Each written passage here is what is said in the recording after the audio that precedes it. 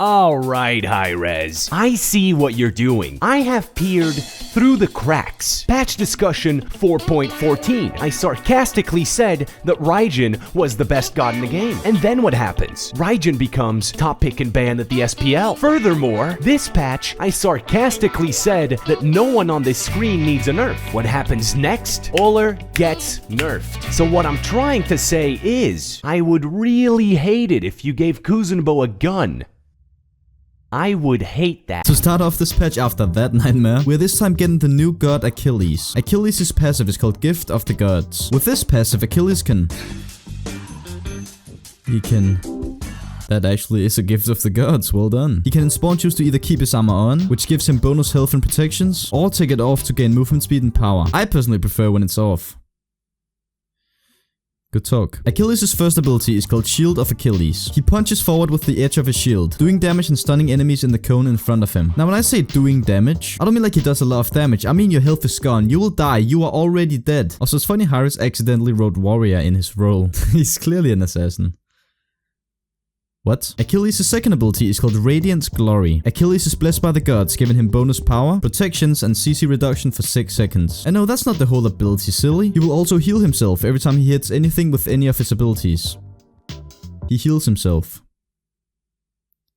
Achilles' 3 is called Combat Dodge. Similar to Rom's 3, Achilles can dash in 8 directions and then do a powerful line attack afterwards. If the attack hits an enemy god, the cooldown on it is refreshed once. So that's alright, you know, not bad. Now here's the big one. Achilles' ult, Fatal Strike, is a 30% HP execute that refreshes every time you kill someone. So it's an execute that works like a Scylla ult on a warrior.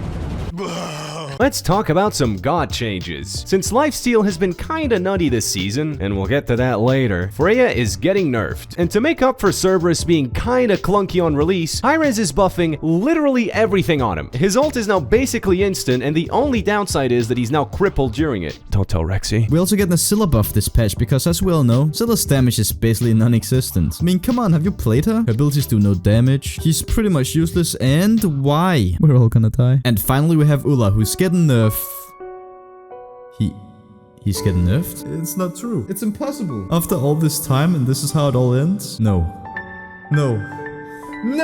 Actually, his 1 and 3 just have 10% less scaling. Oh, that's funny. And now let's talk about some item changes. And guess what? They didn't talk about them on the stream, so I could literally be making all of this shit up and you wouldn't be able to know. Soul Gem is back, and it's basically Soul Reaver, but better. Warlock's Staff has been nerfed. Atalanta's Bow now has crit chance, and Typhon's Fang got nerfed. And by the way, one of those was fake. What are you gonna do about it? Check the website? Melis is getting a new passive this update, where you'll now get 1 stack for each crit against an enemy god. Once you hit 3 stacks, your next ability that damages an enemy god will consume the stacks and deal bonus damage over time. Next up is Soul Eater, which now only needs 75 stacks instead of 100, and the increased bonus power on Evolved is 10 more. And finally, we have Rage, which now instead of gaining 1% crit chance per stack, you now gain 2%.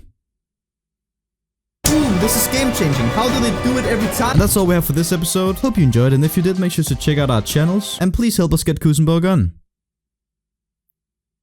Wait, this wasn't in the script before.